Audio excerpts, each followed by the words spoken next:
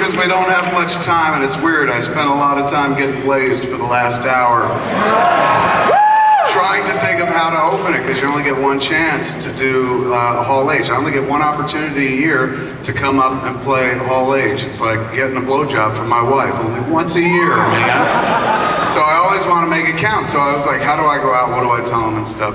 And I realized there was a perfect story that I wanted to tell you. But in order to tell you that story, I got to tell another longer story. So it might kind of cut into, somebody might ask the question, so this might preempt you asking the question anyway, but I'm only telling you this, not because I'm bragging, but because I want to tell you the second story, okay? I was in England recently, and I went to the set of Star Wars Episode 7.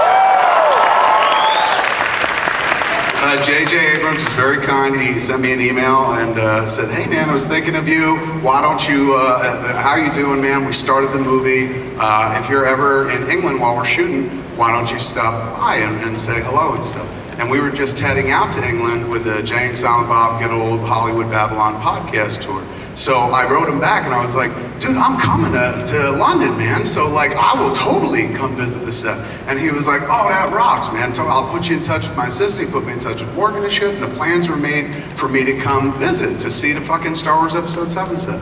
Me, the guy who always blabs his mouth and shit. But still, I was like, right on. And that's when I started thinking about it. I told my wife, I was just like, fucking J.J. Abrams invited me to the set, man, to go to Episode 7. And she's like, I didn't think you and J.J. were all that close. And I was like, oh my God, you're right, man. It's like, it's not like we're friendly, but it's not like, you know, we go over each other's house very often and stuff. So I'm like going, oh my God, maybe this dude didn't mean to write me an email at all. Like maybe he meant Kevin Costner or some shit like that. So I got real tight about it, so I sent him an email back and I was like, hey man, looks like I'm coming to visit you, everything's cool and shit, but I just want to throw this out there in case maybe you hit the wrong Kevin in your address book, man. This is Kevin Smith, the guy that made Clerks. Sent the email and shit, and within 10 minutes got an email back from JJ, 2 words, just said, oh fuck. So they didn't cancel me and they let me go to the set for Star Wars Episode 7. I've talked about other places, so I'll do a truncated version of it for you here. I've thought about it a little since it happened and since I spoke about it that first weekend. You could probably see it somewhere online. But in a nutshell, I signed an NDA, non-disclosure agreement, not allowed to say a lot of the things that I saw, so I've been very careful about the things that I've said and whatnot. When I first got there, you walk onto the lot at Pinewood Studios, you get to the Lucasfilm offices, there is a sign hanging up where they make you sign the NDA. There's a sign hanging up, looks like one of those old World War II posters, you know, propaganda posters. And it features like Captain Nita or Admiral Piet from, you know, the Imperial Star Bridge of the Star of the Executioner or whatever. Two Imperial generals, one going like this. And it says, loose lips sink starships. And I was like, that's real cute, that's clever. And JJ's assistant was like, he hung that up just for you.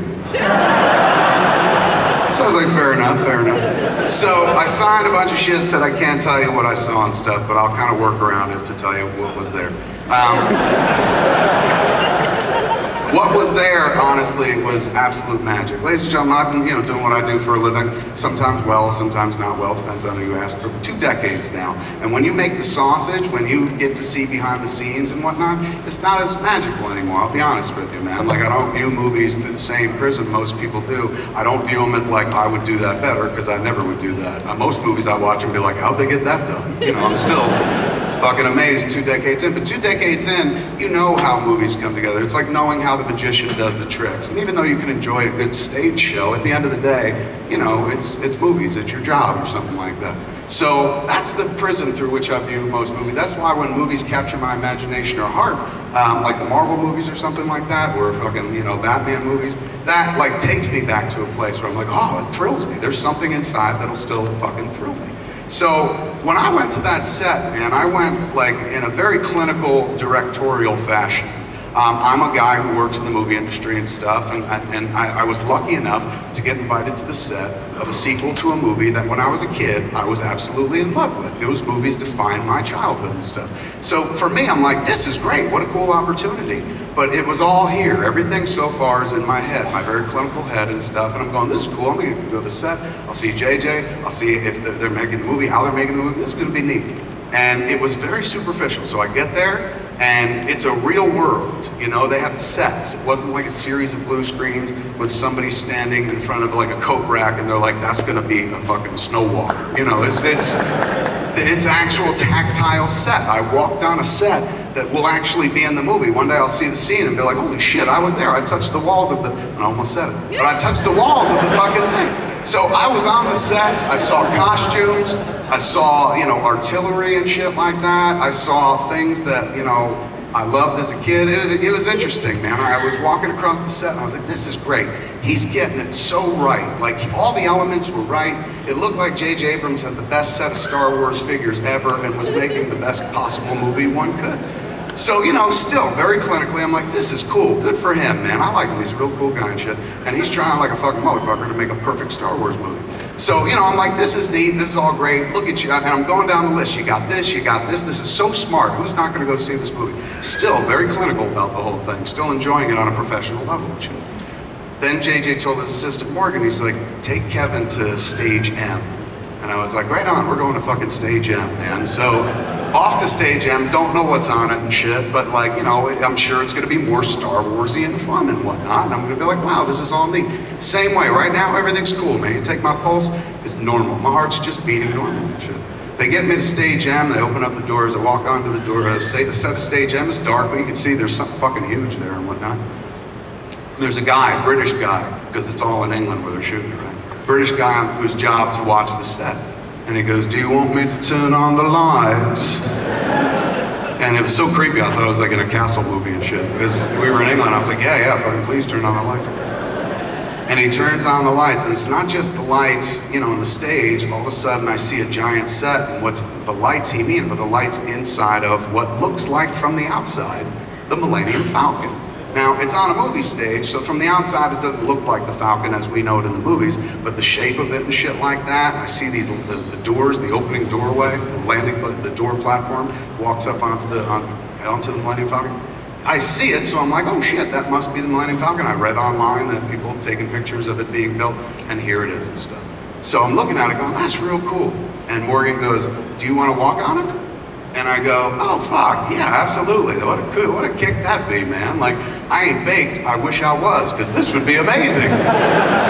You know, because I used to love Star Wars when I was a kid, and here I am on the set, and this is cool, and fucking, I never thought I'd be here, man, so fucking, let's go walking on the fucking set, and I'm gonna step onto the Millennium Falcon. And everything is still clinical, and everything is still right here. It's all in the head, man.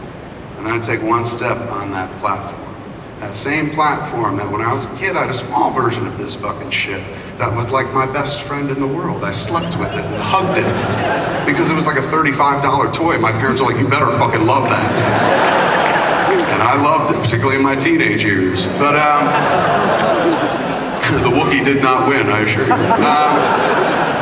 So there it is, man. I had that Millennium Falcon as a kid, and many times I walked my figures up the platform and stuff, closed the platform, picked it up and sailed it through my house and whatnot, made my own version of a Star Wars movie, probably like a Kevin Smith movie, nothing happened, they just talked to each other a lot. But still, I had my own adventures and shit like that. So I've first step on the landing platform, the walk path. Fuck, I can't even say it. Pathway. What would you call it? Ramp. Apparently I smoked ramp away. It was worth it.